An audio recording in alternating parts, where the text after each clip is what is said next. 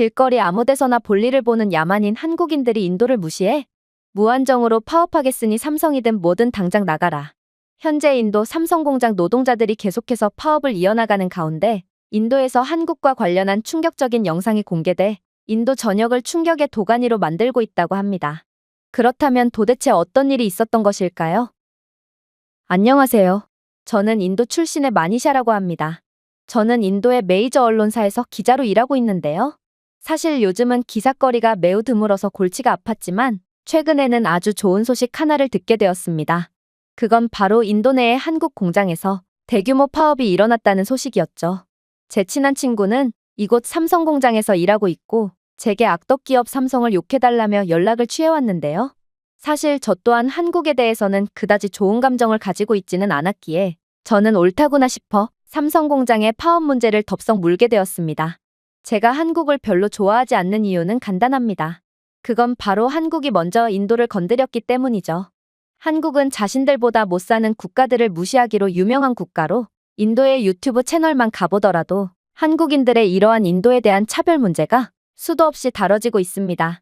한국인 네티즌들은 인도의 영상들의 인도는 후진국이라는 댓글을 수도 없이 달고 있고 심지어 인도에 방문한 한국인들 또한 각종 야만적인 기행을 하며 인도를 더럽히고 있거든요. 이들은 인도 관광지의 길거리에 대소변을 아무렇지도 않게 보기도 했고 심지어 인도의 각종 불교 건축물이나 문화재에도 어김없이 대소변을 보며 낙서를 하거나 유적들을 훔쳐가는 건 덤이었어요. 솔직히 말하자면 인도 사람들은 그 수준이 천차만별이고 인도인들의 경우에도 길거리에 대소변을 보는 경우가 종종 있습니다. 그러나 한국 놈들은 재수가 없다는 게 가장 큰 문제였습니다. 그래도 인도인들은 남의 나라를 함부로 비하한다거나 하지는 않지만 한국 놈들은 그렇게나 인도인들을 미개한 야만인들이라고 비하를 해놓고 인도에 와서 똑같은 행동을 하며 인도를 더럽히고 있다니 이건 정말 너무했거든요. 조금 이상한 점이라면 인도 영상에 악플을 다는 한국인들은 굳이 자신들이 한국인이라는 것을 밝히면서 욕설 댓글을 달았으며 인도의 문화재에 대변을 싸는 한국인들 또한 제가 지적을 할 때마다 연신 코리아를 외쳐댔다는 건데요. 보통 이런 경우 자신의 원래 국적을 숨기려고 하는 게 일반적이기에 저는 도대체 이들이 어째서 자랑스럽다는 듯 자신의 국적을 밝히는 건지 이해가 안 가서 고개를 갸우뚱하기도 했지만 아무튼 한국 놈들은 재수가 없는 녀석들이었습니다. 그래서 저는 오랜만에 한국을 욕하는 기사를 쓰기 위해 파업이 진행 중이라는 삼성 공장에 찾아가게 되었습니다. 분명 친구는 삼성은 노동자 알기를 우습게 하는 악덕 기업이고 전 세계인들이 한국 기업의 부조리함을 알 필요가 있다며 목소리를 높였기에 저는 당당히 삼성 공장에 입성했어요. 그런데 인도인 공장 노동자들과 인터뷰를 할수록 뭔가 이상하다는 생각만 들더라고요. 일단 임금부터가 그랬습니다. 인도 노동자들은 자신들은 월급 40만 원가량을 받고 있다며 이런 코딱지만한 금액으로는 절대로 먹고 살 수 없다며 인상을 잔뜩 찌푸렸는데요. 이건 고개를 갸우뚱하게 하는 액수였습니다. 인도의 평균 월급은 4만 원으로 인도 공장 노동자들은 인도 평균보다 10배를 벌고 있는 셈이었거든요. 심지어 40만 원이면 인도 메이저 언론사에서 일하는 저보다도 더 많은 임금을 받는 거였기에 저는 이들이 대체 무슨 말을 하는 건가 싶었습니다. 그런데 이들은 자신들은 최소 월 80만 원은 받아야겠다며 기존의 금액보다 2배 인상된 금액을 요구하는 거 아니겠어요? 아니, 80만 원이면 인도 상위 0.1%를 가뿐히 넘는 엄청난 월급인데 저는 아무리 같은 인도인이라 이들의 편을 들고 싶어도 이건 인도 노동자들이 너무 터무니없는 요구를 하는 게 아닌가 싶어 기가 찰 따름이었습니다. 그리고 이들은 더 많은 휴가와 근무 시간의 단축을 요구하기도 했는데요. 그렇게 된다면 이들의 실질적인 시급은 천문학적으로 비싸다는 뜻이기 때문에 저는 대체 인도 노동자들이 무슨 자신감으로 이런 얼토당토 않는 요구를 하는 건지 이해조차 안 갔습니다. 심지어 인도 노동자들은 고용세습까지 요구했는데요. 아니, 파업까지 할 정도로 마음에 안 드는 일자리인데 어째서 자신들의 자식에게까지 물려줄 생각을 한단 말인가? 저는 어느 것 하나 논리에 맞아떨어지는 법이 없는 노동자들의 주장에 학을 뗄 뿐이었습니다. 저는 도대체가 이들의 요구사항이 이해가 안 됐고 이대로라면 기사는 써보지도 못할 게 분명했기에 그저 한숨을 내쉴 뿐이었습니다.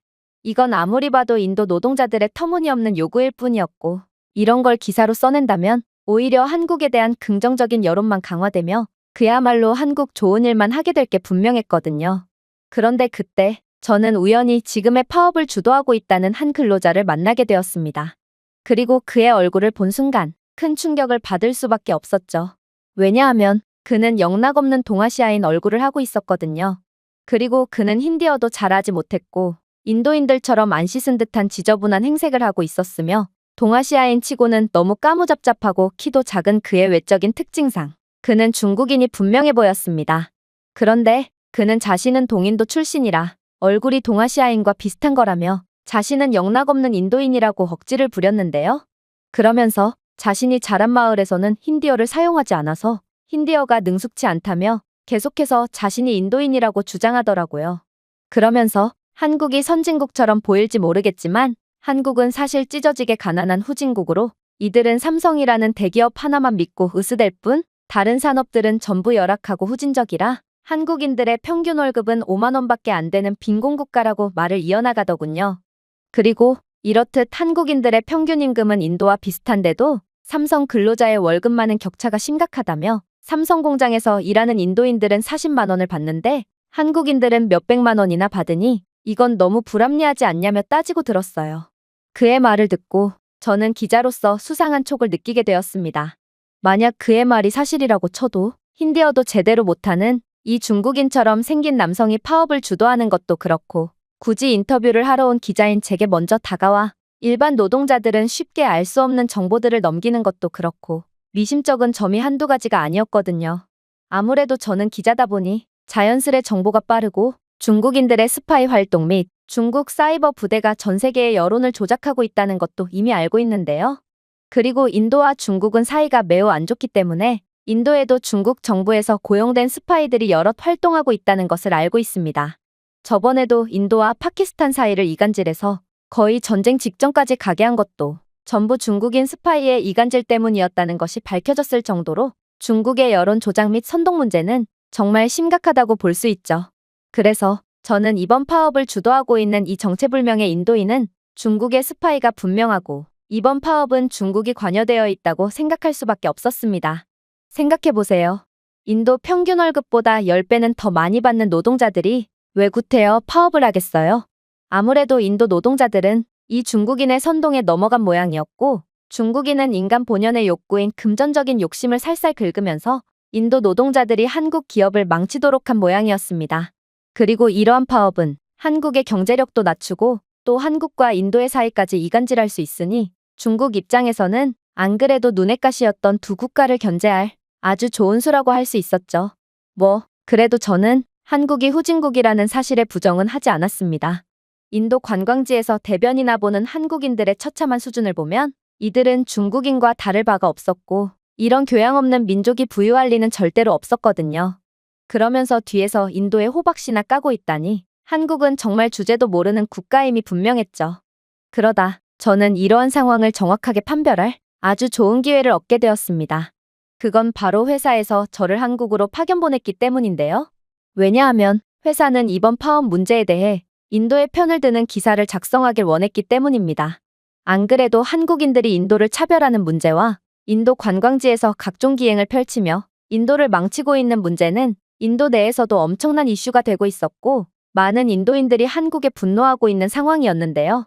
그리고 인도인 노동자들의 삼성공장 파업 문제에 관해서도 아무래도 대부분의 인도인들이 자국의 노동자들의 편에 서곤 했기에 한국에 대한 여론은 더욱 좋지 않았죠.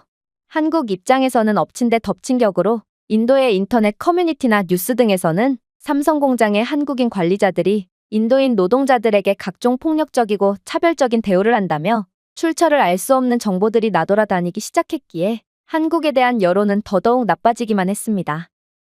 실제로 인도 노동자들을 인터뷰해본 저로서는 이것도 전부 중국 사이버 부대의 이간질일 가능성이 높다는 것을 알 수 있었으나 아무래도 한국이 욕을 먹는 것은 제게 아무래도 상관이 없었습니다. 오히려 통쾌한 느낌마저 들었죠. 아무튼 제가 속해 있는 언론사는 한국의 후진적인 면모를 취재해올 것을 요구했고 그렇게 저는 한국의 후진적인 점을 포착할 겸 의문의 인도인이 한국에 대해 말했던 것이 진짜일지를 확인도 할 겸 한국에 방문하게 된 것입니다. 그런데 저는 한국 공항에 도착하자마자 경악을 할 수밖에 없었습니다. 왜냐하면 한국은 분명 후진국이라더니 인천공항의 규모는 상상을 초월할 정도로 거대했거든요. 도대체 어떤 후진국에서 이 정도의 공항 인프라를 구비해 둘 수가 있단 말인가? 이건 공항이 아닌 마치 하나의 도시처럼 보였을 정도로 엄청난 웅장함을 자랑했어요. 그런데 더 놀라웠던 건 인천공항 측에서는 비행기에서 내린 탑승객들을 픽업해주는 공항 셔틀버스까지 운영했다는 것입니다. 심지어 한국인들은 비행기에서 정신없이 내려서 서로 먼저 버스에 탑승하려고 싸우는 게 아닌 자기보다 힘든 처지에 놓인 사람들을 도우며 끝까지 배려심 깊은 모습을 보여줬다는 건데요. 몇몇은 자신의 옆좌석에 앉은 노인의 무거운 짐을 전부 내려주었고 몇몇은 셔틀버스에 노약자의 짐을 대신 실어주기도 했어요. 덕분에 비행기에서 버스로 향하는 과정은 매우 순조롭게 진행될 수 있었고 저희는 상당히 신속하게 공항에 도착할 수 있었죠. 이건 정말 뜻밖의 모습이었기에 저는 벙찔 수밖에 없었습니다.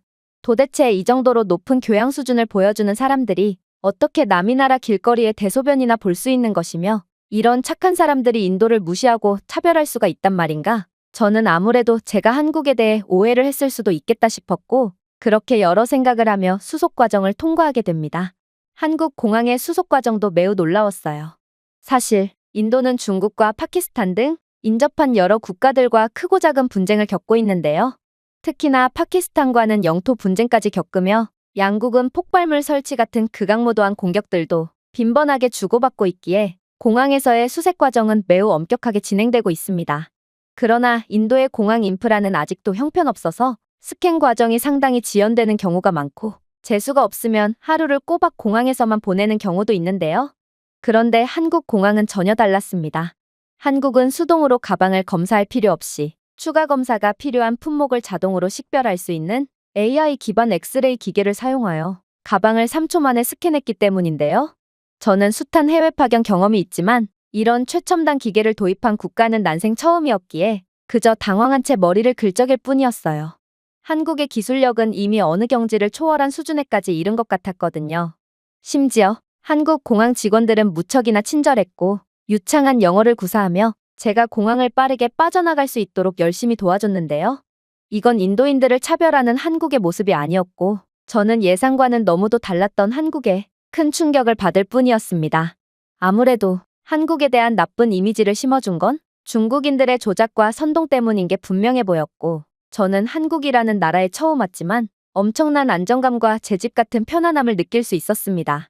그러나 아직 완전히 마음을 놓긴 너무 일렀어요. 공항은 한국가의 얼굴과 다름없는 곳이고 그래서 보통 개발도상국이나 사회주의 국가들에서는 공항 인프라만 보여주기식으로 그럴듯하게 해놓은 뒤 외국인들에게 인정을 갈구하곤 하거든요. 한국도 이와 비슷하게 보여주기식으로 공항에서만 선진적인 모습을 엿볼 수 있게 해놓은 걸 수도 있었기에 저는 일단 경계를 늦추지 않기로 했죠. 그러다 제가 막 공항에서 빠져나갈 무렵 저는 매우 충격적인 경험을 하게 됩니다. 그건 바로 한국인들의 태도였죠. 물론 한국인들은 기본적으로 매우 친절하고 배려심 깊은 사람들처럼 보이긴 했어요. 그런데 이들에게 서구권 국가에서 온 것처럼 보이는 백인이 무언가를 물어봤을 때 한국인들은 백인에게 분명히 친절하게 대답을 해주었지만 딱 봐도 인도인처럼 생긴 제가 한국인들에게 질문을 했을 때는 상황이 완전히 다르더라고요. 놀라지 마세요. 한국인들은 백인들보다 제게 훨씬 더 친절한 도움을 줬거든요. 한국인들은 서구권 선진국 출신처럼 보이는 사람들에겐 그저 친절한 영어 설명만 건네줬다면 인도라는 상대적으로 약한 국가 출신인 제게는 직접 버스 정류장까지 데려다주는 수고를 기꺼이 감내해줬습니다. 이건 정말 놀라운 모습이었습니다. 강자에게 약하고 약자에게 강한 태도는 인간의 본성이라고 볼 수 있습니다. 그런데 어떻게 한국인들은 강자에게 오히려 강하고 약자에게는 관대한 태도를 보일 수가 있단 말인가요? 저는 한국인들은 본성 자체가 강인한 사람들이라는 생각을 하게 되었고 이런 사람들이 다른 개발도상국들을 차별했다는 사실 자체가 말이 안 된다고 생각하게 되었어요. 그리고 삼성공장이 인도 노동자들에게 막대한 임금과 복지를 제공했던 것도 이러한 한국인들의 약자에게 관대한 태도에서 기인한 거라는 생각이 들었기에 저는 아무래도 상황이 매우 복잡하게 흘러가고 있다는 것을 느끼게 되었습니다. 그야말로 한국은 인도를 위해 할 수 있는 거의 모든 것을 했음에도 인도는 중국인들의 공작에 속아 한국에 대한 나쁜 이미지를 갖게 되었고 또 이제는 파업까지 일삼고 있다니 한국이 이런 인도의 피로감을 느끼는 것도 무리가 아니었거든요. 그리고 인도 노동자들의 터무니없는 요구에 염증을 느낀 삼성이 인도에서의 공장을 철수하기라도 한다면 그건 인도 경제에 직격탄으로 작용할 재앙 같은 상황이었습니다. 하지만 이러한 제 복잡한 생각은 한국 버스에 탑승하자마자 싹 사라지게 되었습니다. 왜냐하면 한국 버스는 제가 생각했던 것보다 훨씬 더 놀라웠고 저는 그저 생각을 멈춘 채 멍 때릴 수밖에 없었거든요. 일단 한국의 버스는 약속한 시간에 단 1분도 늦지 않고 정시에 도착했는데요. 더 놀라운 점은 한국 버스는 전부 전기차였기에 매우 친환경적이었다는 것입니다.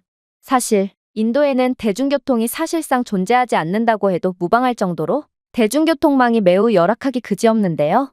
그도 그럴 것이 인도는 인건비가 저렴한 대표적인 국가로 사실상 택시나 릭샤 등을 이용하는 것이 버스보다 싸게 먹히니 이러한 대중교통이 발달할 수가 없는 것입니다. 하지만 한국은 인건비가 상당히 비싼 선진국인지 세계 최고 수준의 대중교통 인프라와 시설을 가지고 있더라고요.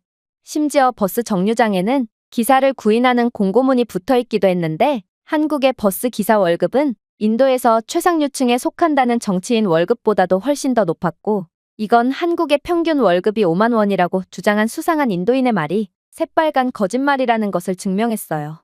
과장을 조금 보탠다면 한국인들의 하루 일급이 인도의 평균 연봉과 비슷해 보였고 이건 양국의 경제 수준 차이를 여실히 보여줬기에 아무래도 한국이 인도 공장 노동자에게 책정한 월급은 충분한 것을 넘어 차고 넘칠 정도였던 거였죠. 아무튼 그렇게 탑승한 전기차 내부는 마치 최첨단 기술력의 집합체라는 생각이 들 정도로 인도에서는 꿈도 못 꿀 최첨단 장치들로 가득 차 있었습니다. 그중 하나가 바로 버스에 무료 와이파이가 터지고 있었다는 점, 그리고 좌석마다 휴대폰을 충전할 수 있는 포트가 장착되어 있다는 점이었는데요. 심지어 버스에는 인도에서는 상류층 부잣집에도 없는 공기청정기까지 가동되고 있었기에 저는 마치 타임머신을 타고 22세기에 온 것만 같은 신비로운 느낌을 받을 수 있었습니다. 그런데 뭔가 이상했어요. 저는 버스에서 제공하는 무료 와이파이를 통해 모바일 지도를 살펴보고 있었는데 이 버스는 원래의 경로대로 이동하지 않는 거 아니겠어요? 아니, 아무리 정류장 간격이 먼 광역버스라고 해도 도대체 무슨 이유로 경로대로 이동을 하지 않는다는 말인가? 저는 혹여나 버스 기사가 다른 목적을 갖고 있나 싶어 약간의 긴장이 되기도 했는데요. 인도에서는 택시기사가 승객을 태운 상태에서도 자신의 친구를 추가적으로 태우기 위해 경로를 이탈하는 경우가 너무도 잦고 또 외국인 관광객에게 물건을 강매하거나 돈을 뜯어내기 위해 고의적으로 이상한 곳으로 데려가는 사기와 납치 행위가 너무도 빈번하기 때문입니다. 그래서 저는 옆에 앉은 한국인에게 도대체 이 버스는 왜 경로대로 이동하지 않는 건지 물어봤습니다. 그러자 한국인 승객은 유창한 영어를 구사하며 충격적인 말을 해오는 거 아니겠어요? 한국의 광역버스의 경우 최첨단 GPS 기능이 탑재되어 있는 AI 내비게이션이 탑재되어 있고 이 내비게이션은 실시간 경로를 반영하여 최대한 빠른 경로를 자동으로 안내해 주거든요. 아무래도 내비게이션이 원래의 경로와 다른 경로를 알려준 것을 보니 지금은 퇴근 시간이라 해당 도로가 정체되었거나 혹은 도로에 사고가 발생했을 수도 있죠. 한국이 자체 개발한 AI 내비게이션은 교통 흐름, 혼잡도 및 도로 상황을 실시간으로 모니터링하는 교통당국의 AI 기반 교통관리 시스템에 연결되어 있고 버스는 이 데이터를 기반으로 교통체증을 피하기 위해 자동으로 변경된 경로로 이동하는 거예요. 이건 말이 안 됐습니다. 어떻게 21세기에 이런 기술이 존재할 수가 있단 말인가요? 이건 당장 기사로 작성한다고 해도 인도인들은 단 한 명도 믿지 않을 정도의 비현실적인 기술이었습니다. 그래서 저는 당장 자리를 박차고 나가 운전기사 쪽으로 다가가 마법의 내비게이션을 더욱 유심히 살펴보기로 했습니다. 그런데 저는 기사에게 접근하자마자 경악을 금치 못할 장면을 목격하고 비명을 질러버렸습니다. 왜냐하면 버스 기사는 핸들에서 손을 떼고 있었거든요. 아무래도 그는 운전 중에 졸고 있는 것이 분명해 보였고 저는 패닉에 빠져 당장 기사를 흔들어서 깨웠는데요. 그런데 한국인 기사는 여전히 버스에서 손을 뗀 채로 저를 마치 주정뱅이 보듯 쳐다보는 거 아니겠어요? 그리고 이 장면을 보던 다른 한국인들도 핸들에서 손을 뗀 채로 운전을 하는 버스 기사를 이상하게 보기는커녕 전부 저를 보고 황당하다는 표정을 지을 뿐이었어요. 저는 한국인들이 단체로 귀신에 홀리기라도 한 건가 싶어 황당해하고 있었는데 이내 제 옆좌석에서 친절한 설명을 해주던 한국인이 다급히 뛰어나와 놀라운 이야기를 해오기 시작하더라고요. 이건 자율주행 버스예요. 그래서 버스 기사는 굳이 운전대를 잡을 필요가 없죠. 현재는 시범 운영 중이기 때문에 버스 기사가 만약의 경우를 대비해 탑승해 있지만 한국은 곧 자율주행 대중교통이 일상화될 거고 심지어 지하철의 경우에는 이미 진작부터 기관사 없이 자율주행으로 운영하고 있어요. 제가 아까 말한 AI 내비게이션은 곧 운전자를 대체할 거라고요. 저는 그의 말에 큰 충격을 받을 수밖에 없었습니다. 대체 한국의 기술은 어느 경지에까지 도달했다는 말인가? 그리고 불현듯 한국의 기술력이 이미 운전자까지 대체할 수준에 이르렀다면 아무래도 공장 또한 이미 자동화를 도입한 상태일 수도 있겠다는 생각이 들었습니다. 그렇다면 한국의 기업들은 이제 더는 외국인 노동자를 필요로 하지 않을 것이고 이건 인도 입장에서는 엄청난 위기인 상황이었죠. 한국 기업의 공장들은 수많은 인도 노동자들의 생계를 책임지고 있는데 이제 더는 인도의 공장을 유지할 필요가 없다면 인도 경제는 일순간 나락으로 빠질 수밖에 없거든요. 저는 순간적으로 엄청난 불안감이 들었고 결국 일정 마지막 날로 계획했던 삼성 공장 견학을 당장 오늘로 앞당겨버렸습니다. 그리고 그렇게 삼성 공장으로 가는 길에서 저는 여러 놀라운 장면을 목격하게 되었죠. 왜냐하면 한국의 길거리는 대소변은커녕 쓰레기 하나 없이 깨끗했거든요. 아무래도 인도 길거리에 대소변을 보는 사람들은 역시나 한국인이 아닌 전부 중국인인 모양이었고 저는 터무니없는 변명으로 다른 나라를 욕보이는 중국인들의 지독하고도 미개한 심성에 학을 뗄 뿐이었습니다. 그렇게 저는 한국에 대한 감탄과 중국에 대한 혐오로 여러 생각을 하다가 어느새 삼성 공장에 도착하게 되었습니다. 그리고 삼성 공장에 들어감과 동시에 저는 경악을 할 수밖에 없었죠. 왜냐하면 삼성 공장은 거의 자동화된 스마트 팩토리를 구현한 상태였기 때문인데요. AI 기반 로봇은 조립 및 품질 관리부터 포장 및 재고 관리에 이르기까지 다양한 작업을 처리하고 있었고 심지어 이 AI 로봇은 시간이 지남에 따라 성능을 개선하고 새로운 작업에 적응하며 운영 데이터에서 학습할 수 있는 머신러닝 알고리즘이 장착되어 있기에 마치 인간처럼 계속해서 발전하는 중이었어요. 더 놀라웠던 점은 한국의 공장에서는 시설 내 자재 취급을 위해 자율주행 차량과 드론을 사용했다는 거였습니다. 자율주행 지게차와 로봇카트는 공장 전체에서 원자재와 완제품을 이동하여 워크플로우를 최적화하고 사람의 개입 필요성을 줄이고 있었죠. 저는 정말 까무러칠 정도로 놀랄 수밖에 없었습니다. 이 정도 기술력만 해도 삼성은 노동력을 기존보다 80% 이상은 절감할 수 있을 것 같았고 이 말은 굳이 해외에 공장을 지음으로써 불법 파업 같은 귀찮은 일에 휘말릴 필요가 없다는 뜻이었거든요. 그러나 한국은 뭘 그 정도쯤으로 놀라냐는 듯 더욱 충격적인 장면들을 보여줬죠. 삼성 공장의 AI 기반 시스템은 더 가치 있고 놀라운 일처리 능력을 자랑하고 있었거든요. 일단 삼성이 자체 개발한 AI 기반 시스템은 예측 알고리즘을 사용하여 기계의 상태를 실시간으로 모니터링하여 유지 보수가 필요한 시기를 예측하고 있었는데요. 이를 통해 공장은 장비 고장이 발생하기 전에 미리 예방하여 다운타임을 최소화하고 생산성을 극대화하고 있었습니다. 그러면서 삼성의 AI 시스템은 시장 수요를 분석하고 실시간으로 생산량을 조정하기도 했죠. 특정 제품에 대한 수요가 갑자기 급증하면 공장은 사람의 개입 없이도 생산 능력을 자동으로 늘리고 자원과 노동력 배분을 조정하여 수요를 충족하고 있었거든요. 이건 말도 안 되는 모습이었습니다. 사실 기계의 고장이나 갑작스러운 수요와 공급의 변화는 인간이 절대로 대응할 수 없는 영역으로 공장이라는 거대한 시스템을 유동적으로 움직이는 건 거의 불가능하기에 인간이라면 그러한 예측할 수 없는 변수에 순응할 수밖에 없거든요. 그런데 한국은 조금의 손해도 보지 않겠다는 듯 이 모든 변수를 AI 기술을 통해 사전에 대응하고 있었고 이건 그야말로 완벽한 최적화를 통한 극도의 효율을 달성한 모습이었어요. 물론 AI는 공급 사슬을 관리하는 데 핵심적인 역할을 하며 원자재를 적시에 주문하여 재고 과잉이나 부족을 방지하기도 했는데요. 삼성이 개발한 AI 시스템은 글로벌 공급망과 시장 동향을 추적함으로써 공장은 운영 중단을 피하고 재고 시스템을 유지하고 있더라고요. 사실 공장에서는 이러한 재고나 다른 국가에서 수입해와야 하는 원자재, 그리고 예측 불가의 변수들 때문에 원래 예상했던 생산성의 절반가량밖에 효율을 못 내는 경우가 대부분입니다. 그리고 인도처럼 공장 인프라가 열악한 경우라면 30%의 효율만 나와도 선방했다고 보고 있죠. 하지만 한국은 사람이 아닌 AI 시스템으로 그야말로 100% 효율을 자랑하고 있었고 이런 모습을 보면 한국은 명실상부한 세계 최고의 기술력을 가지고 있다고 할 수 있었습니다. 그런데 한국의 가장 무서운 점은 따로 있었어요. 바로 공장의 모든 기계, 로봇, 공정은 패턴을 식별하고 생산을 최적화하기 위해 실시간으로 분석되는 방대한 양의 데이터를 생성한다는 점이었는데요.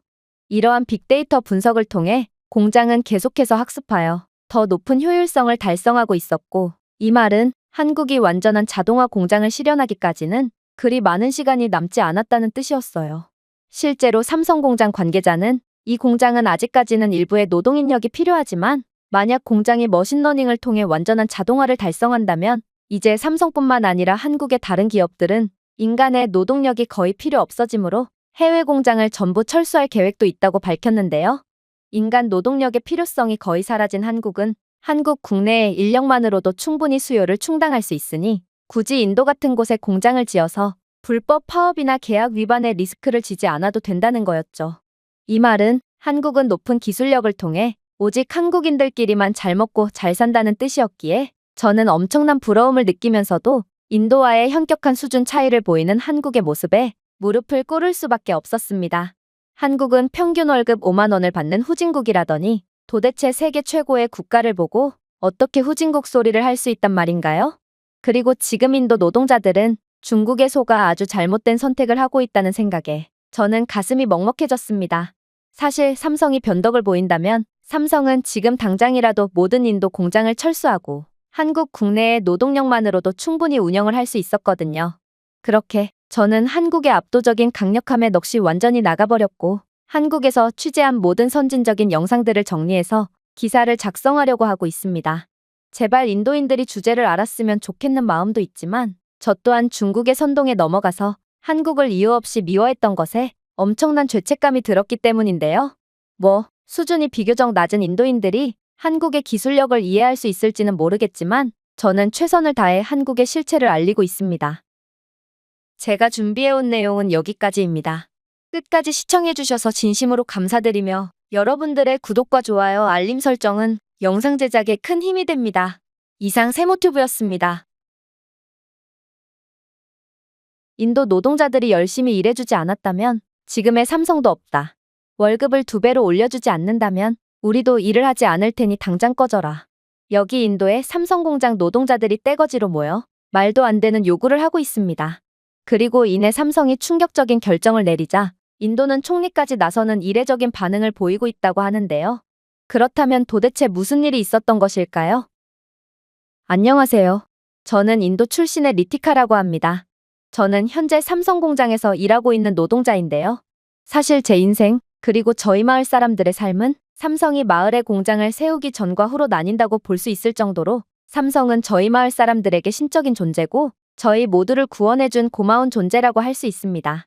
그도 그럴 것이 저희 마을은 인도 정부에게 버림받았다고 해도 무방할 정도로 엄청나게 열악한 인프라를 자랑하고 있었거든요.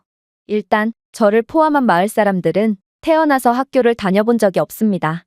왜냐하면 마을에는 학교가 아예 없기 때문이죠. 마을에는 학교는커녕 기본적인 책이나 교사조차 전혀 없었고 따라서 저희 마을 사람들에게 글자를 읽고 쓰는 건 정말 꿈 같은 소리였습니다. 때문에 저희 마을은 문맹률 98%라는 인도 최악의 문맹률을 자랑했고 그야말로 미래가 없는 마을이라고 할 수 있었죠. 당연히 병원도 사치였습니다. 저는 10남매 중 둘째로 태어났지만 지금 남은 동생들은 단 4명밖에 없는데요. 왜냐하면 다른 인도의 시골 지역들처럼 마을에는 기본적인 병원조차 존재하지 않고 가장 가까운 보건소에 도착하려면 하루는 꼬박 가야 하거든요. 그래서 동생들은 설사병이라는 별거 아닌 질병에 감염되었음에도 저희 마을에는 기본적인 의약품조차 갖춰져 있지 않았기 때문에 그대로 세상을 떠날 수밖에 없던 것입니다. 이렇듯 저희 마을은 21세기를 살아가는 게 아닌 20세기, 어쩌면 19세기를 살아가는 그야말로 시간이 멈춘 곳이었고 저희는 끔찍할 정도로 열악한 환경 속에서 하루하루 생존을 위한 사투를 이어나가야만 했습니다. 그런데 한국 공장이 이곳 마을에 들어서면서부터 상황은 완전히 달라지기 시작했죠. 한국의 삼성은 저희 마을의 발전 가능성에서 희망을 받고 결국 마을에 공장을 짓기로 결정했거든요. 그리고 삼성 공장이 마을에 들어서면서부터 저희 마을 사람들은 예전과는 완전히 다른 삶을 살기 시작했습니다. 일단 삼성 공장이 들어옴에 따라 저희 마을의 열악한 환경에 대한 사연은 한국에까지 전해지기 시작했고 이내 한국인들의 봉사행렬이 이어졌는데요. 또한 한국의 기업들은 저희 마을의 열악한 급수 조건을 보고 저희가 깨끗한 물을 사용할 수 있도록 상하수도 시스템 정비와 정화 사업을 실시했죠. 결국 매일 오염된 물을 먹고 설사병에 걸려 사망하는 사람들만 해도 엄청났던 저희 마을은 더 이상 물과 관련된 질병으로 죽거나 혹은 집에서 1시간은 떨어진 우물에 물을 기르러 가지 않아도 되는 기적을 겪을 수 있었습니다. 그 후에는 한국의 삼성 등의 기업들이 이곳에 학교를 짓고 자격을 갖춘 교사를 고용하기 시작했는데요. 심지어 한국이 지어준 학교에는 이 지역 최초로 컴퓨터를 도입해서 현대적인 교육을 받을 수 있도록 지원을 해주었기에 마을의 교육 수준은 순식간에 급상승할 수 있었습니다. 당연히 문맹률도 수직 하락했고 저를 비롯한 마을 사람들도 틈틈이 학교 수업에 참여함으로써 이제는 글자를 읽고 쓸 수 있게 됨은 물론 영어라는 외국어까지 배울 수 있었죠. 그리고 이에 감명을 받은 인도 언론은 저희 마을의 문맹 극복 사례를 취재한 뒤 특집 방송으로 내보내기까지 했어요. 결국 저희 마을은 인도의 다른 가난한 지역들의 희망처럼 여겨지며 모두가 저희 마을의 성공에 환호하고 기적을 만들어준 한국을 존경하게 되었죠. 그야말로 모두가 살기 싫어하는 버려진 마을이었던 이곳은 한국의 손길이 닿은 직후 완전히 변하게 되었던 것입니다. 하지만 한국이 만들어준 가장 큰 기적은 따로 있었습니다. 그건 바로 의료 인프라의 개선이었는데요. 아까 말씀드렸다시피 저희 마을과 가장 가까이에 있는 작은 보건소만 해도 하루는 꼬박 이동해야 겨우 도착하고 수술을 할 수 있을 정도의 인프라를 갖춘 병원은 현실적으로 갈 수가 없습니다. 천문학적으로 비싼 의료비도 문제지만 애초에 인도는 의료 인프라가 매우 열악한 국가로 병원 예약은 거의 1년 이상 밀려있는 게 다반사거든요. 그런데 삼성은 공장을 설립하면서 현대식 의료시설이 구비된 병원을 지어주었고 마을 주민들을 위한 무료 건강검진과 공장 근로자와 그 가족들을 위한 저렴한 치료를 제공했죠. 이러한 의료 혜택은 직원을 넘어 지역사회 전체로 확대되어 접근성이 높고 고품질의 의료 서비스를 경험한 적이 없는 마을 주민들에게 생명줄을 제공했습니다. 덕분에 마을에서 그렇게나 흔하던 출산을 하다가 죽는 일, 감기나 설사병 같은 기본적인 질병 때문에 목숨을 잃는 경우도 전부 사라졌어요. 심지어 삼성은 다른 공장들보다 더욱 높은 임금과 식사 지원 등의 환상적인 복지까지 제공했는데요. 덕분에 가난해서 굶어 죽던 저희 마을의 운명은 한국 덕분에 180도 뒤바뀌게 되었죠. 하지만 그렇게 평화롭고 행복한 일만 가득할 줄 알았던 마을에는 일순간 충격적인 상황이 닥치게 되었습니다. 그건 바로 삼성 공장에서 근무하던 인도 노동자들이 단체 파업을 시작했기 때문인데요. 사실 저는 일공정 노동자들 사이에서 파업 이야기가 나돌 때 이건 그저 헛소문일 거라고 생각했습니다. 삼성을 배신한다는 건 그야말로 황금알을 낳는 거 위에 배를 가르는 것과 다름이 없었거든요. 삼성은 저희에게 막대한 임금과 강력한 복지를 제공했고 이것보다 더 많은 요구를 하는 건 지나친 욕심이었어요. 하지만 탐욕에 눈이 먼 인도인들은 한국이 저희를 사람답게 살 수 있도록 도와줬다는 사실도 잊은 채 그대로 파업을 진행해버렸습니다.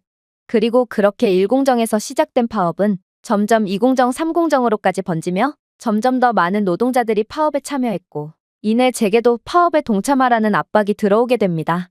그러나 저는 도저히 파업에 참여할 수가 없었습니다. 그건 바로 막내 라울 때문이었죠. 라울은 태어나자마자 소아마비를 앓게 되었고 마을 상황상 병원은 엄두조차 못 냈기에 동생은 제대로 걷지도 못하는 신세가 되었는데요. 그 때문에 라울은 마을의 짓궂은 사람들로부터 입에 담을 수조차 없는 조롱과 욕설을 들으며 늘 집에만 박혀서 눈물만 흘려야 했습니다. 그러나 삼성이 지어준 병원은 라울을 구원해줬어요. 삼성 병원에서 일하는 실력 좋은 의사는 라울이 멀쩡히 걸을 수 있도록 다리를 수술해줬고 제가 삼성 공장에서 일하는 근로자라는 이유만으로 동생은 거의 공짜 수준의 수술비만 지불할 수 있었는데요. 그야말로 한국은 한 소년의 인생과 저희 가족의 행복을 구원해준 것과 다름없고 그 뒤로 라울은 다리병신 대신 기적의 소년이라고 불리게 되었죠. 그런데 그렇게 저희 가족을 도와준 삼성을 배신하라니 이건 인간으로서는 도저히 해선 안 될 행동이었습니다. 그래서 저는 파업에 동참하는 대신 다른 인도 노동자들에게 항의를 했습니다. 이봐요. 이건 너무한 거 아니에요? 한국이 저희 마을을 위해 해준 것을 생각해보세요. 저희 마을에는 도로조차 없어서 장마철에는 마을 밖을 벗어날 수도 없었고 깨끗한 물과 전기도 없어서 원시인과 다름없는 삶을 살아야 했어요. 그런데 지금은 어떤가요?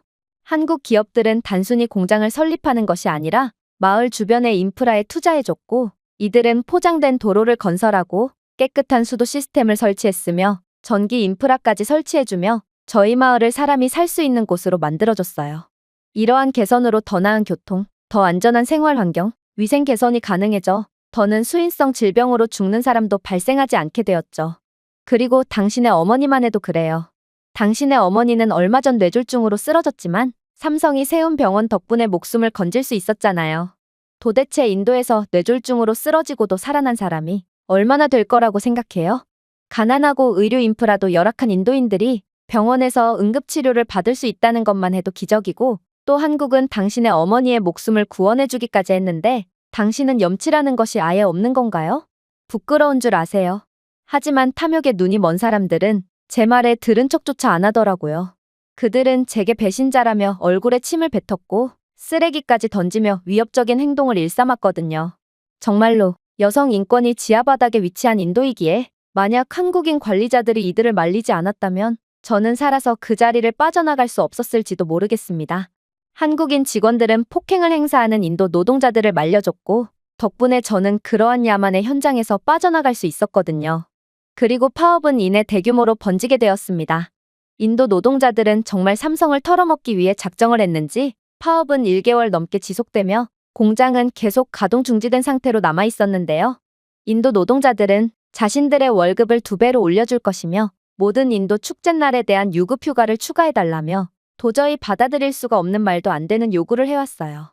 그러면서도 자신들이 파업을 한 시간까지 전부 유급으로 쳐서 임금을 달라며 정말 인간이라면 도저히 할 수 없는 요구를 뻔뻔하게 해왔죠. 저는 인간의 탐욕스러움의 끝을 본 것 같아 상당한 불쾌감이 들면서도 현실적인 생각이 들기도 했습니다. 삼성이 이 말도 안 되는 조건을 도저히 받아들일 것 같지가 않았거든요. 그리고 이 정도로 대규모 파업이 진행되는데도 인도 정치권들은 삼성을 도와주기는커녕 오히려 인도 노동자들을 지지하는 듯한 미적지근한 태도를 보이는 것을 보니 삼성은 계약 위반을 밥 먹듯이 하는 인도에서 공장을 유지하는 것에 대해 회의적인 입장을 보일 수도 있겠다고 생각했습니다. 물론 저는 가족들을 위해 계속해서 돈을 벌어야 하는 입장이었기에 언제 끝날지도 모르는 파업 때문에 계속해서 돈을 못 벌고 있을 수도 없었습니다. 그래서 저는 보험을 들어두기로 했죠. 바로 마을의 다른 공장에서의 일자리를 알아보는 거였습니다. 사실 삼성이 보여준 기적은 그저 마을 인프라와 높은 임금뿐만이 아니었어요. 삼성이 마을에 들어오니 다국적 기업들의 공장도 차례차례 마을로 들어오기 시작했거든요. 아무래도 삼성은 글로벌 대기업이고 국제적인 위상이나 신뢰도도 상당히 높은 브랜드였기에 삼성이 구태여 이곳 마을에 공장을 짓는 데는 다 이유가 있을 거라는 신뢰의 인식을 심어준 모양이었는데요. 그래서 미국이나 유럽 등의 공장들도 차례차례 건설되기 시작했고 실제로 제 친구들 몇몇은 이러한 기업의 공장들에서 일하고 있었습니다. 하지만 저는 미국 기업의 공장에서 일하고 있다는 친구들과 만나서 이야기를 나누자마자 그 즉시 경악을 할 수밖에 없었습니다. 왜냐하면 이들의 근무 조건은 열악하기 그지없었거든요. 사실 인도 기업의 공장들에서는 관리자들이 공장 노동자들에게 폭행을 일삼고 또 낮은 임금과 더불어 복지가 전혀 없기로 유명한데요. 부끄럽지만 인도에서는 폭행이나 사기 등이 더 이상 불법이 아닐 정도로 너무나도 자주 일어나고 특히나 자신보다 지위가 낮은 사람에게 폭행을 하는 건 너무나도 당연하게 여겨집니다. 그런데 다국적 기업들은 분명 인도 기업이 아니었음에도 인도 현지법에 최적화된 상태로 운영되고 있었고 미국과 유럽 등의 관리자들은 인도 노동자들을 두들겨 패면서 일을 시키는 자신들의 국가에서는 상상도 못했을 행동을 일삼고 있다고 하더라고요. 물론 인도 현지에 적응된 낮은 임금과 복지가 없는 건 당연했고 그야말로 이들 기업들은 인도의 노동력만을 착취하기 위해서 이곳에 들어왔다는 것을 행동으로 보여주고 있었습니다. 이건 삼성과는 너무나도 차이가 나는 모습이었기에 저는 큰 충격을 받을 수밖에 없었어요. 다른 국적의 기업들은 현지 인프라의 개선이나 마을 사람들의 삶의 질 향상에는 전혀 관심이 없었지만 오직 한국 기업들만은 현지의 사람들과 함께 공생하는 관계를 추구했거든요. 그래서 한국은 그럴 필요가 없었음에도 현지인들에 대한 높은 임금과 복지, 그리고 인간다운 대우와 놀라운 인프라 지원을 보장해줬죠. 당연히 한국인 관리자들이 인도 노동자들을 폭행하는 법도 없었고 늘 인간 대 인간으로서 존중해줬습니다. 그런데 삼성공장 노동자들은 이런 한국을 배신한 거였고 저는 이제는 아무리 같은 인도인이라지만 인도 노동자들의 인간이하의 행동에 치가 떨려오기 시작했어요. 그리고 저는 더 이상 한국 기업이 아닌 다른 기업의 공장에서 일할 수 없는 몸이 되어버렸다는 생각에 그저 고개를 푹 숙일 뿐이었습니다. 삼성 공장에서 높은 임금을 받으며 인간적인 대우를 받다가 미국이나 유럽의 공장에서 매일같이 얻어맞으며 낮은 임금을 받기까지 한다면 이건 도저히 버틸 수가 없을 것 같았거든요. 그리고 인도 노동자들이 계속해서 파업을 이어나간다면 정말로 삼성이 공장을 철수시킬 수도 있을 거라는 생각이 들자 저는 패닉에 빠지며 인도 노동자들의 파업을 반드시 막아야겠다고 생각하게 되었습니다. 그래서 저는 인도 언론들의 이러한 인도 노동자들의 불법 파업을 투고하며 언론에서 이러한 장면들을 집중적으로 조명해주길 바랐습니다. 아무래도 인도에서 한국에 대한 이미지는 상당히 좋고 모두가 저희 마을을 완전히 변화하게 해준 삼성을 존경하고 고마워하고 있기에 만약 언론이 인도 노동자들의 이기적인 행태를 집중 조명한다면 상황이 조금은 개선될 수도 있을 거라고 생각했거든요. 하지만 상황은 제 마음처럼 흘러가지 않았습니다. 인도 언론들은 마치 누군가에게 조종이라도 당하고 있는 듯 하나같이 이 문제를 무시할 뿐이었고 파업은 계속해서 장기적인 국면으로 흘러가기만 했거든요. 아무래도 인도 정부는 한국과 맺은 계약을 모른 척하며 불법 파업을 그저 방관할 생각인 모양이었고 인도 정부의 압박을 당한 언론은 아무런 말도 못하는 것 같았는데요. 그렇게 결국 삼성은 칼을 빼들게 되었습니다. 바로 마치 금방이라도 공장을 철수하려는 듯 마을에 지어준 인프라들의 운영을 중지시켰거든요. 삼성이 운영하던 병원은 갑자기 문을 닫았고 근로자와 그 가족, 마을 주민들은 의료 서비스를 이용할 수 없게 되었습니다. 무료 치료에 의존하기 시작했던 마을 주민들은 갑자기 개인 의료 서비스를 위해 감당할 수 없는 돈을 지불해야 할 처지에 놓였고 또 애초에 삼성이 지어준 병원이 없다면 마을 근처에는 아예 병원이 존재하지 않기에 저희는 그야말로 순식간에 100년 이상은 후퇴한 의료 인프라를 가지게 되었습니다.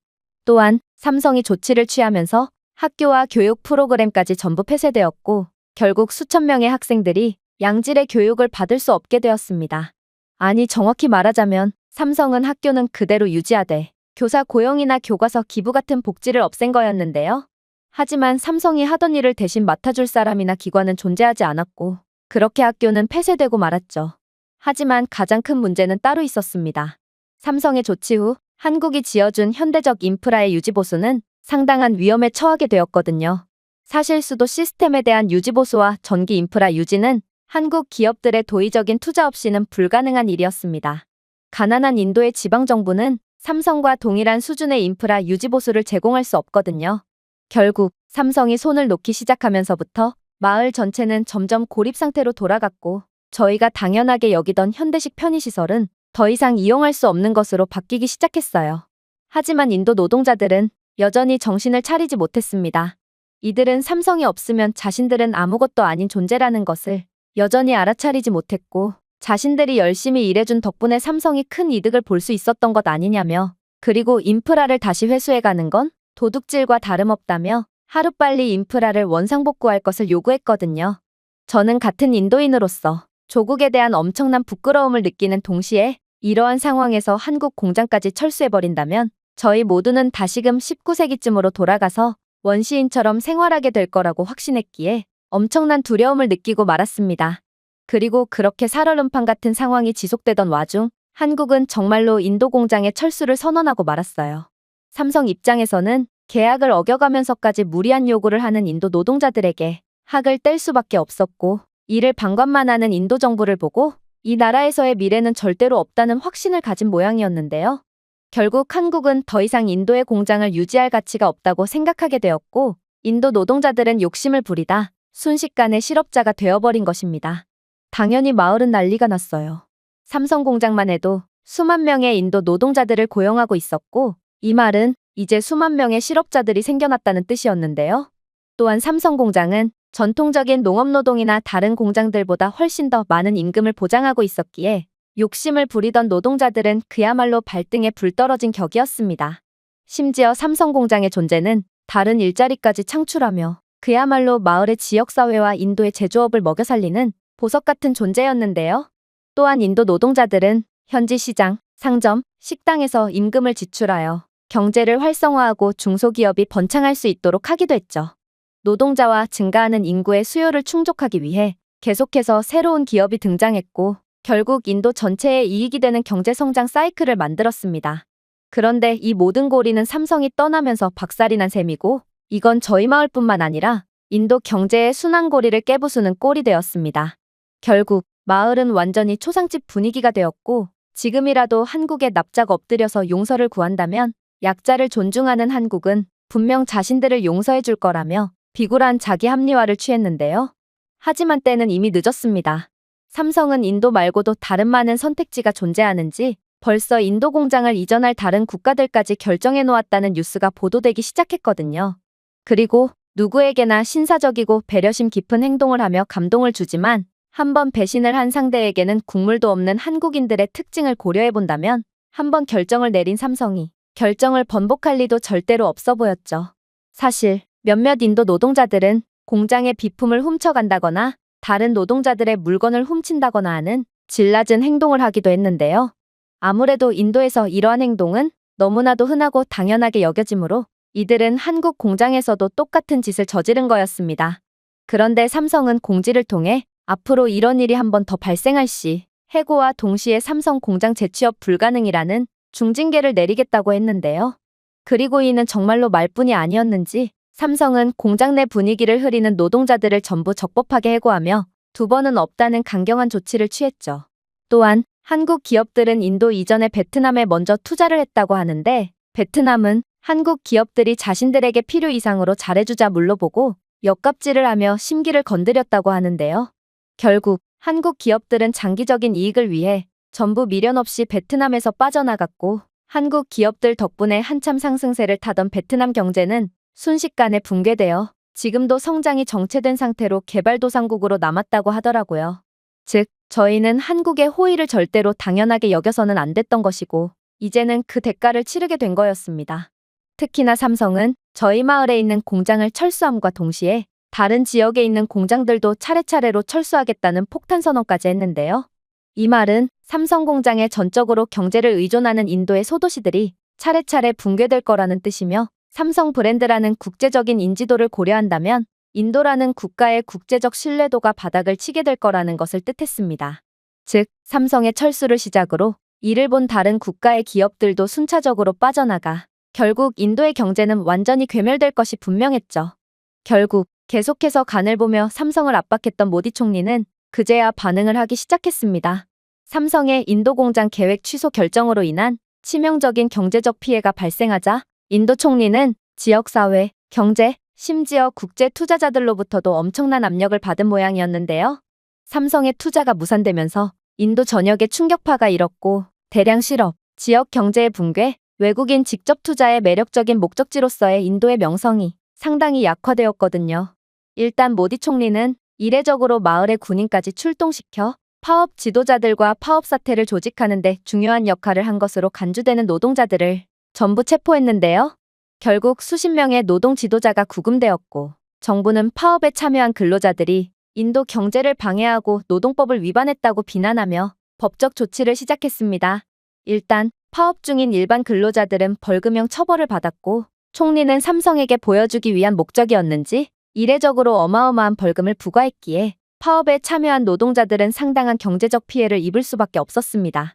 또한 파업 지도부의 주요 인사들은 장기 징역형을 선고받았으며 정부는 일반적으로 경제 파괴 행위로 간주되는 법률에 따라 이들을 기소했습니다. 일부 근로자는 파업에 가담한 혐의로 5에서 10년의 징역형을 선고받기도 했죠. 또한 인도 정부는 삼성이 나가면 인도는 완전히 망해버린다는 것을 잘 알고 있는지 파업을 지지했던 세력들을 탄압하기 위한 추가 조치를 취하며 어떻게 해서든 삼성을 붙잡기 위해 갖은 노력을 다했는데요. 총리는 이들을 전부 인도 경제에 악영향을 끼치는 반국가적 단체로 규정했고 인도답게 곤봉을 마구잡이로 휘두르며 파업 노동자들을 잔인하게 탄압했죠. 그동안 한국 기업들의 신사적인 대우 덕분에 인도 노동자들은 원래 인도의 팽배해 있던 폭력에 대해 안일한 태도를 갖게 되었는데요. 그러나 정부군이 휘두르는 곤봉질은 자신은 그저 인도인 노동자일 뿐이며 삼성이 아니라면 아무것도 아닌 존재임을 상기시키기 딱이었고 결국 군인들의 매질로 정신을 차린 노동자들은 그제야 자기 객관화를 시작하며 자신들의 욕심을 후회해야만 했습니다. 하지만 가장 충격적이었던 점은 따로 있었습니다. 바로 정말 이례적으로 모디 총리가 삼성과 한국 정부에 직접 사과를 했던 거였죠.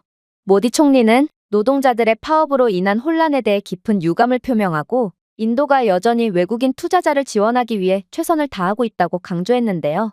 그의 사과는 다소 비굴하고 거의 절망적인 것으로 보였지만 한국과의 관계를 개선하고 삼성과의 관계를 회복하기 위한 것이었습니다.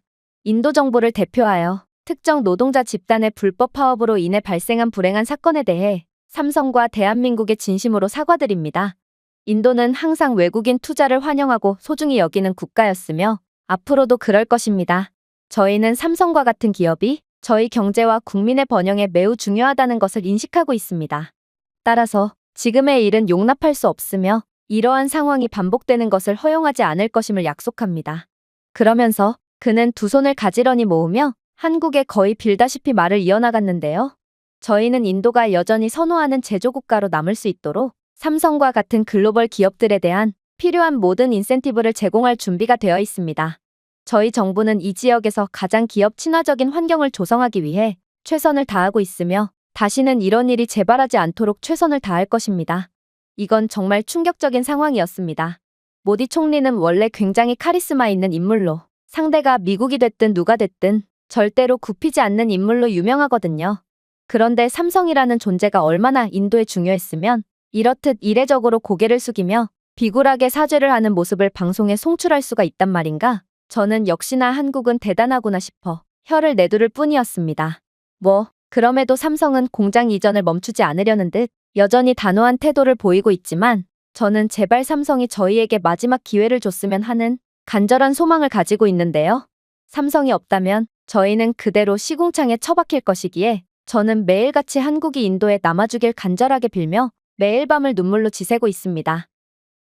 제가 준비해온 내용은 여기까지입니다.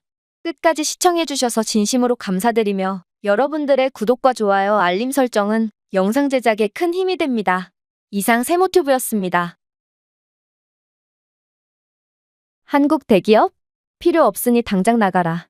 태국에서 나간다면 후회하는 쪽은 한국일 것이고 노동력이 없는 한국의 제조업은 그 즉시 붕괴될 것이다.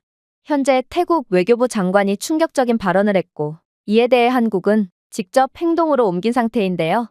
그리고 한국이 행동을 한 직후 태국의 운명은 완전히 뒤바뀌고 말았다고 합니다. 그렇다면 태국에서는 대체 어떤 일이 일어나고 있는 것일까요? 안녕하세요. 저는 미국 출신의 제임스라고 합니다. 저는 현재 태국의 한 대학교에서 경제학 교수로 재직 중이며 동시에 태국 정부의 경제자문을 맡고 있는데요. 그런데 최근에는 정말 태국 전역을 뒤흔드는 엄청난 사건이 발생했고 저는 눈코 뜰 새 없이 바쁜 시간을 보내게 되었습니다. 그건 바로 태국 내 한국 기업 공장에서 일하는 태국인 노동자들이 단체로 파업을 했기 때문인데요. 사실 이건 매우 황당한 상황이었습니다. 태국은 노동자의 권리가 상당히 약한 국가로 대부분의 국가들에서는 법적으로 보장되는 권리가 태국에서만큼은 제대로 지켜지지 않곤 하는데요. 그러나 한국은 현지법에 따르면 굳이 보장하지 않아도 될 태국인 노동자들에 대한 권리를 전부 지켜주었으며 다른 공장보다 많은 임금 또한 보장해 주었기에 한국 기업들이 설립한 공장들은 자연스레 태국인들의 꿈의 직장이 되었거든요. 오죽했으면 태국의 초등학생들 중에는 자신의 꿈을 삼성 공장에 취직하는 것이라고 말하는 경우도 종종 있을 정도였습니다. 그런데 그런 꿈의 직장에 다니는 태국인들이 파업 시위를 하다니 이건 정말 이상한 상황이었죠. 한국이 태국에 투자를 했으면 얼마나 했길래 꿈의 직장인이 뭐니 하는 거냐며 반문하시는 분들이 있을지 모르겠는데 한국 기업들은 전자제품부터 자동차에 이르기까지 다양한 산업 분야에서 수만 명의 태국 근로자를 고용하고 있는 상태입니다. 태국투자위원회의 데이터에 따르면 2023년 태국에서 한국 기업이 직접 창출한 일자리는 30만 개가 넘을 정도로 한국은 그야말로 태국을 먹여 살리고 있다고 해도 과언이 아닌데요. 그러나 태국인들은 그런 한국의 뒤통수를 제대로 때리고 만 것이죠. 삼성이나 LG 등의 공장에서 근무하는 태국인 직원들은 예고 없는 대규모 파업을 단행하며 한국 대기업들에게 터무니없는 요구를 해댔는데요. 이들은 각종 수당을 포함한 월급을 한국인들이 받는 수준으로 인상해달라는 말도 안 되는 소리를 했고 심지어 식당 메뉴도 태국 음식 말고 한식을 더 추가해서 취사 선택할 수 있도록 해달라고 요구했죠. 이건 정말 어이가 없는 상황이었습니다. 도대체 태국인 노동자들에게 한국인들이 받는 만큼의 월급을 지불한다면 한국 기업들이 왜 굳이 태국까지 와서 공장을 세우겠어요? 그리고 태국은 애초부터 노동자에 대한 식사 제공이 의무화된 국가가 아닙니다. 실제로 다른 국적의 공장들은 현지법에 의거하여 그저 태국의 노동력만 빼갈 생각으로 이들을 부려먹었고 당연히 식사도 전혀 제공하지 않는데요. 그러나 한국은 불과 수십 년 전만 해도 해외에 공장을 짓는 국가가 아닌 외국에서 지어준 공장의 노동력을 제공하던 나라로 이러한 후진국의 아픔을 잘 알기에 태국인 노동자들에게 인간적인 대우를 베푼 거였죠. 그런데 안 줘도 되는 식사를 제공해줬더니 오히려 더 전문적인 식사를 내놓으라니 이건 그야말로 물에 빠진 놈을 건졌더니 보찜을 내놓으라고 하는 격이었습니다. 그 외에도 태국인들은 각종 유급휴가를 보장해달라고 요구했고 근무시간 중간중간에 낮잠 시간을 제공하고 이러한 휴식 시간에도 급여를 지불할 것, 그리고 교통비가 부담되니 공장에 셔틀버스를 운영해달라며 도저히 양심이라고는 찾아볼 수 없는 무리한 요구를 했어요.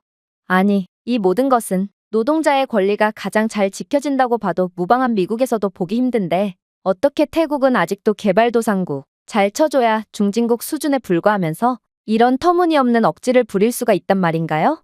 하지만 태국인들은 자신들에 대한 주제 파악이 잘 안 되는지 여전히 억지를 부리며 업무를 중지했기에 한국 기업들의 공장은 전혀 가동이 안 되며 큰 피해를 봐야만 했습니다. 그러나 더욱 황당했던 점은 따로 있었습니다. 그건 바로 오직 한국 기업 공장에서 근무하는 태국인 노동자들만 파업을 한 상태였고 다른 국적의 공장들은 멀쩡히 가동되고 있었다는 점이었는데요. 한국 기업들은 태국인 노동자들에게 거의 최고 수준의 대우를 해주고 있음에도 도대체 어떻게 이런 상황이 발생했다는 말인가? 저는 이러한 경제학 논리에 완전히 위배되는 상황에 얼이 빠질 뿐이었습니다. 그리고 태국인들의 행동을 자세히 분석해본 결과 저는 충격적인 사실 하나를 알아내게 되었죠. 그건 바로 태국인들은 잘해줄수록 더욱 만만하게 보고 안 좋은 것들은 마치 스펀지처럼 따라 배우는 민족이었기에 착한 한국이 타겟이 된 거였습니다. 사실 최근에는 인도의 삼성 공장에서 대규모 파업이 진행되었는데요. 인도인들은 임금을 3년 내에 2배로 인상해 줄 것이며 기숙사 시설 및 교통비 지원 등 각종 복리후생을 보장해달라는 과도한 요구를 하더군요. 이건 명백한 계약 위반이었습니다.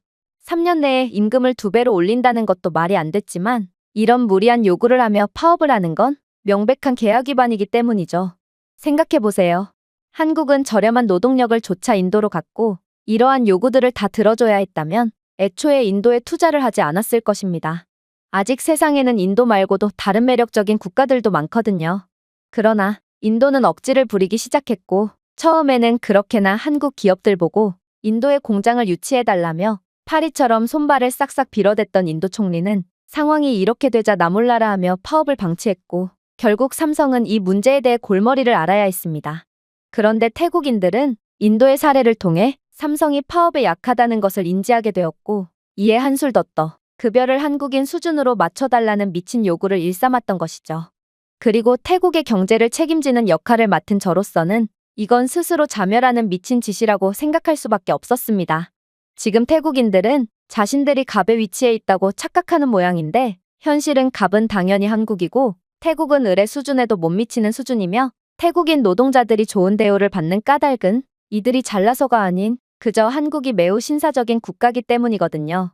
생각해보세요. 태국에 위치한 삼성의 전자 공장만 해도 8,000명 이상의 태국인 직원이 근무하며 글로벌 시장을 위한 가전, 스마트폰 및 부품을 생산하고 있습니다.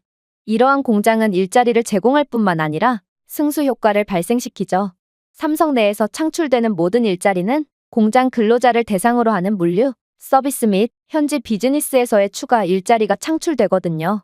예를 들어 한국 기업에서의 3만 명의 고용은 관련 부문에서 약 30만 개의 추가 일자리를 창출하는 것으로 알려져 있는데요. 이는 지역 경제를 활성화하고 많은 태국 가정의 소득 안정을 제공하죠. 심지어 한국 기업들과 다른 국적의 기업들과의 결정적인 차이점이라면 이들은 태국의 발전을 위해서도 힘쓴다는 것입니다.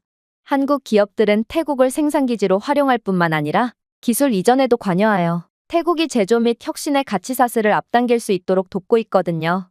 한국 기업들은 교육 프로그램과 여러 투자를 통해 태국 근로자 및 기업과 첨단 기술을 공유하여 주요 산업의 생산성과 전문성을 향상시키고 있는데요. 태국에 있는 삼성의 공장만 해도 생산 라인의 50%의 자동화된 스마트 제조 시스템이 장착되어 있고 이로 인해 지난 5년 동안 생산성이 30% 이상 증가하여 인건비를 절감하는 동시에 제품 품질을 개선하고 있거든요. 물론 연구개발에 대한 투자도 마찬가지입니다. LG, SK그룹 등의 한국 기업들은 태국의 에너지 솔루션과 가전제품을 중심으로 현지 연구개발센터를 설립했는데요. 예를 들어 SK이노베이션은 태국의 전기자동차 배터리 기술을 연구하는 연구개발센터에 5억 달러를 투자하여 태국을 미래 배터리 생산의 잠재적 허브로 만들었죠. 이건 정말 놀라운 모습이었습니다. 사실 냉정히 말한다면 한국은 태국이 어찌되든 아무런 상관이 없는 국가거든요.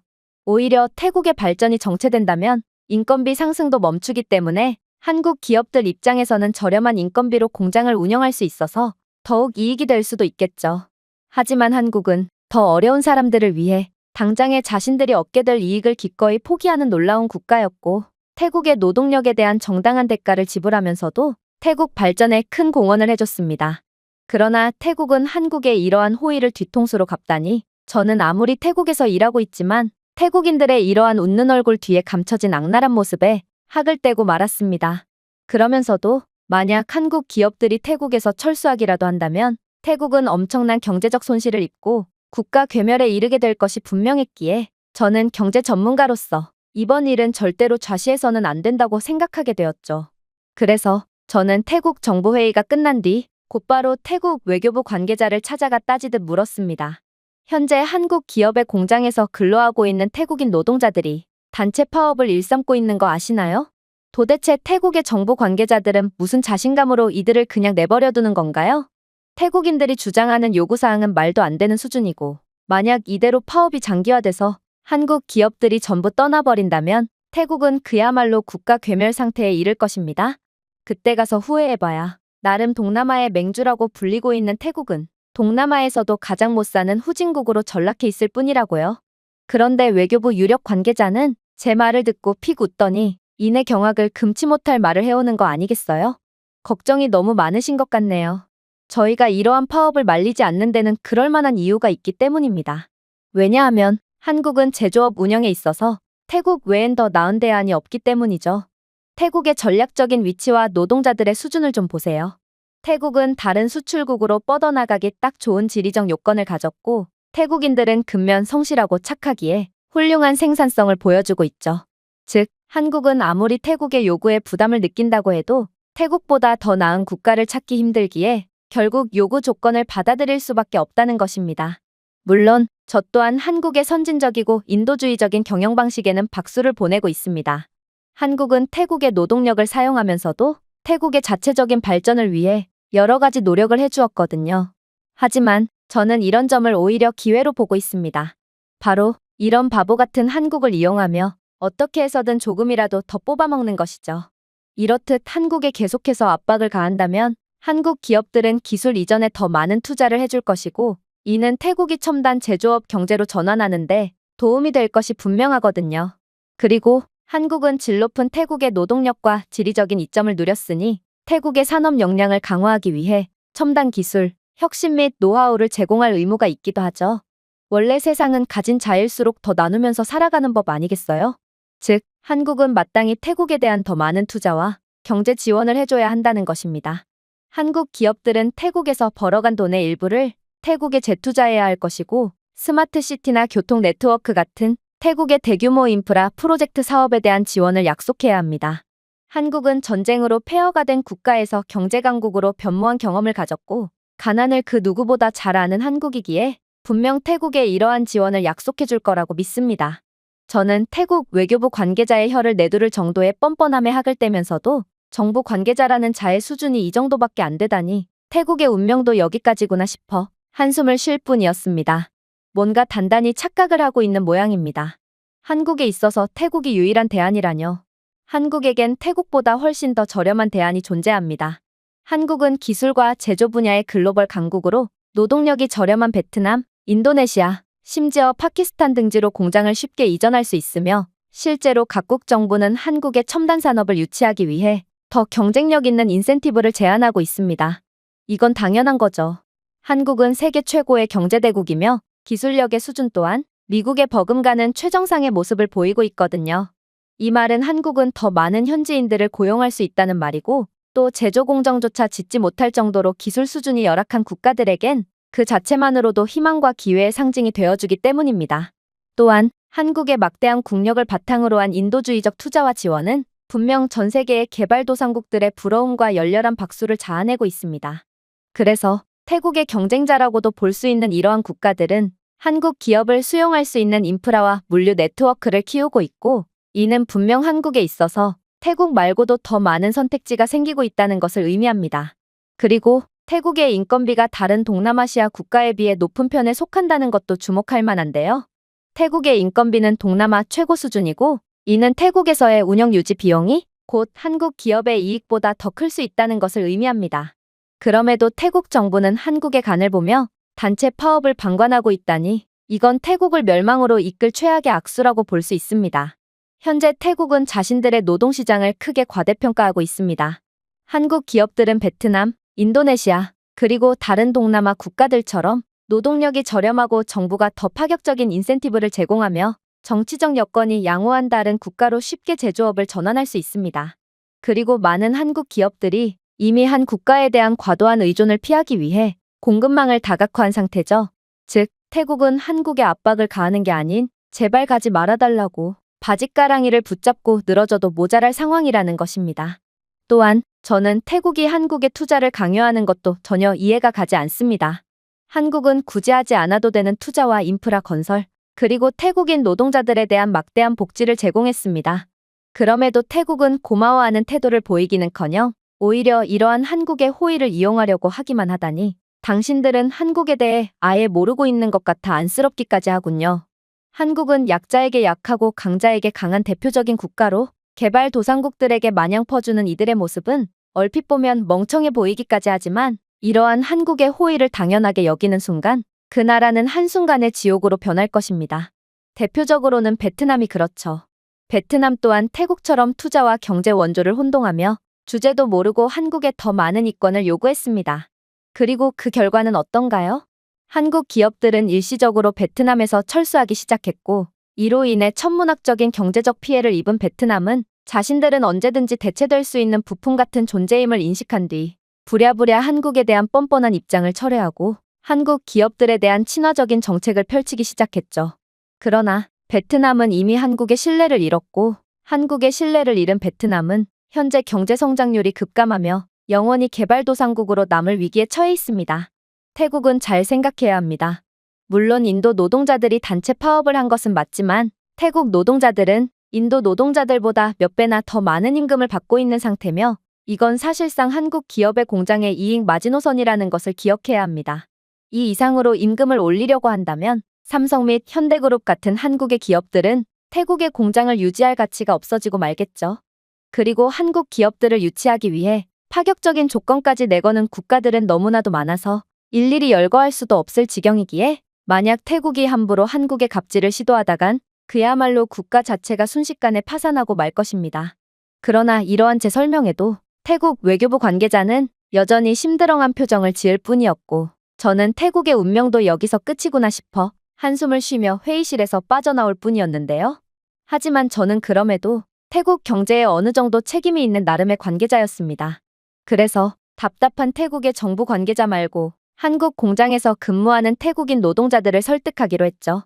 그렇게 저는 단체 파업을 진행 중인 삼성 공장 노동자들에게 다가섰고 이내 외교부 관계자에게 말했던 것처럼 이대로 파업을 계속한다면 한국 기업들은 전부 철수할 것이고 모든 태국인 노동자들은 전부 실직자가 되어 태국 경제가 붕괴될 거라고 말했습니다. 하지만 태국인들은 무척이나 감정적이었어요. 이들은 지금 당장 파업을 그만두고 한국에 사죄를 해도 모자랄 판에 오히려 큰 소리를 내기 시작했거든요. 이봐요. 현재 한국은 태국인들을 차별하고 있고 태국인들을 보는 족족 전부 추방시키고 있다고 해요.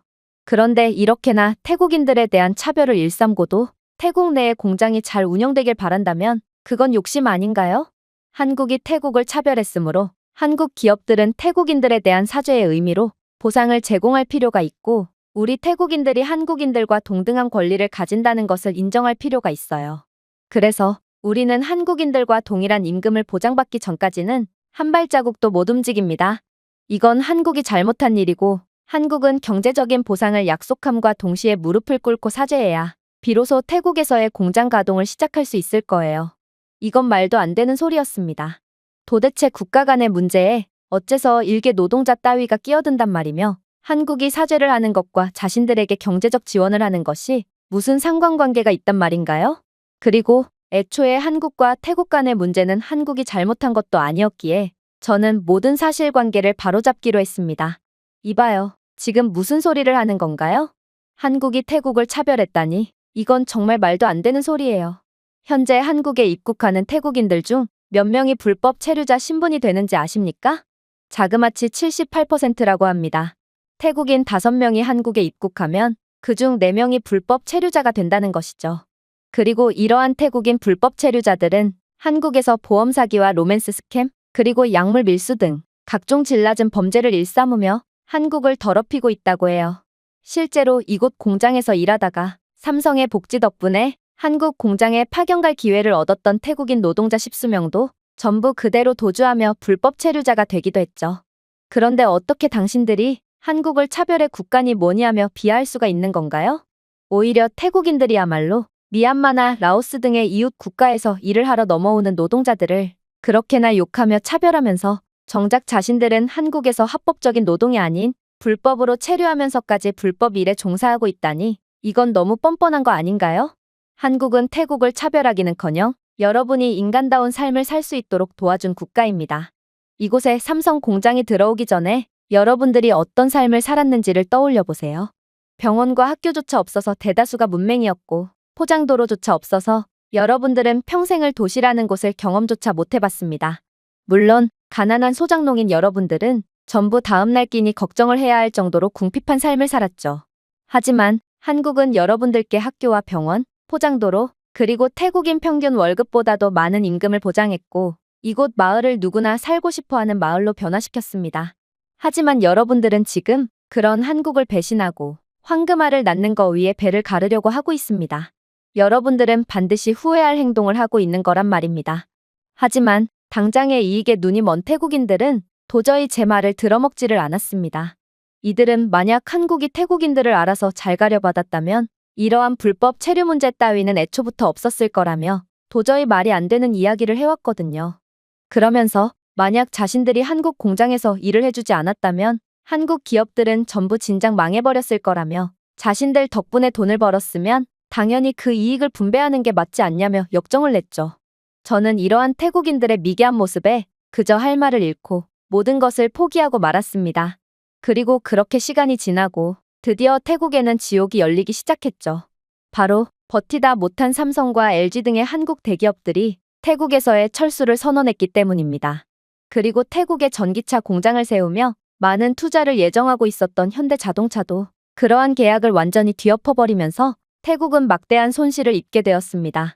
앞서 말씀드린 대로 삼성, LG, 현대, 기아 같은 기업이 운영하는 공장에는 수만 명의 태국인 근로자가 고용되어 있었는데요.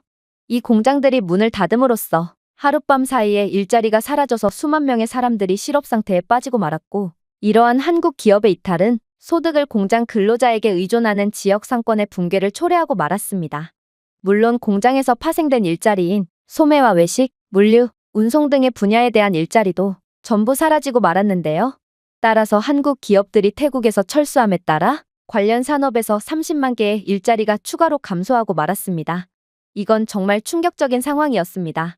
30만 개의 일자리가 사라졌다는 말은 그야말로 지역 경제가 완전히 붕괴되었고 아예 회복의 가능성조차 없을 정도로 처참하게 무너졌다는 뜻이었거든요. 아마 전쟁이 난다고 해도 30만 개의 일자리가 동시에 사라지지는 않겠죠.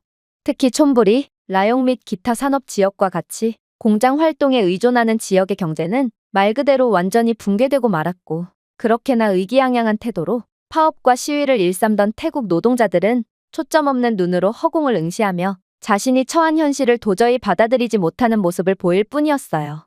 이들은 정말로 한국 기업들이 철수할 줄은 몰랐다는 듯 그저 썩은 동태눈으로 허탈한 표정을 지었는데요. 지역 경제를 책임졌던 한국 기업의 공장단지 근처의 마을 사람들은 정말 하나같이 단 한마디의 말도 하지 않았으며 마을 전체는 죽음의 마을처럼 공허하고 피폐하게 변해버린 상태였고 몇몇은 지금이라도 한국에 무릎을 꿇고 사과한다면 다시 예전으로 돌아갈 수 있을 거라며 현실을 부정하고 있기도 하더라고요. 그러나 버스는 이미 지나간 상태였죠. 하지만 가장 암울한 점은 따로 있었습니다. 바로 한국 기업들은 태국에 대한 외국인 직접 투자에 크게 기여하고 있었기 때문인데요. 한국인 투자는 1년에 60억 달러에 달했으며 이 중 상당 부분이 태국의 기술, 제조 및 자동차 산업으로 유입되었죠. 이러한 한국 기업의 철수는 경제 성장과 인프라 개발에 중요한 외국인 투자 유입을 크게 감소시키고 말았고, 이는 태국의 성장 동력을 완전히 멈추게 하고 말았습니다. 사실 태국은 경제 수준만 놓고 보자면 아직도 개발도상국 수준으로 다른 나라의 투자에 국가 성장을 완전히 의존하고 있었는데, 그중 가장 큰 고객인 한국을 잃었으니 태국은 발등에 불이 떨어진 수준이 아닌 용암이 떨어져 발을 아예 잘라내게 된 상황이었죠. 또한 한국 기업들은 태국의 첨단 기술을 이전하는 데 중요한 역할을 하고 있었는데요.